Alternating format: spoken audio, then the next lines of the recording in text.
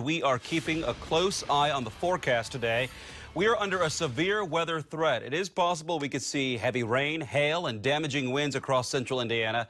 Storm Team 6 meteorologist Todd Clausen is tracking these approaching storms from the Weather Center. What's the timeline here, Todd? And it's later on this evening, Mark, that we will see the potential for severe storms, at least for the next couple hours. Our focus is on the temperature and the heat and humidity that has made its way into central Indiana.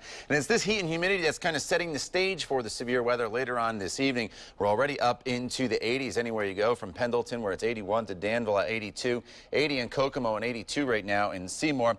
We've had some clouds make their way into the northern part of the state, so this is initially going to keep the temperatures holding fairly steady here for the next few hours. But as soon as these clouds move out, we should quickly jump back up to right around 90 degrees. It's going to be very humid as well.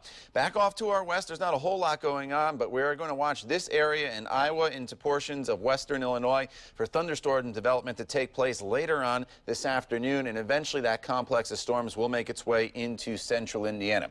Right now, there is a moderate risk of severe weather in effect for most of the area, but I was just checking the Storm Prediction Center, and they are going to upgrade at least the northern third of Indiana, circled here, into a high risk for later on. That's the highest and greatest risk you can get issued by the Storm Prediction Center.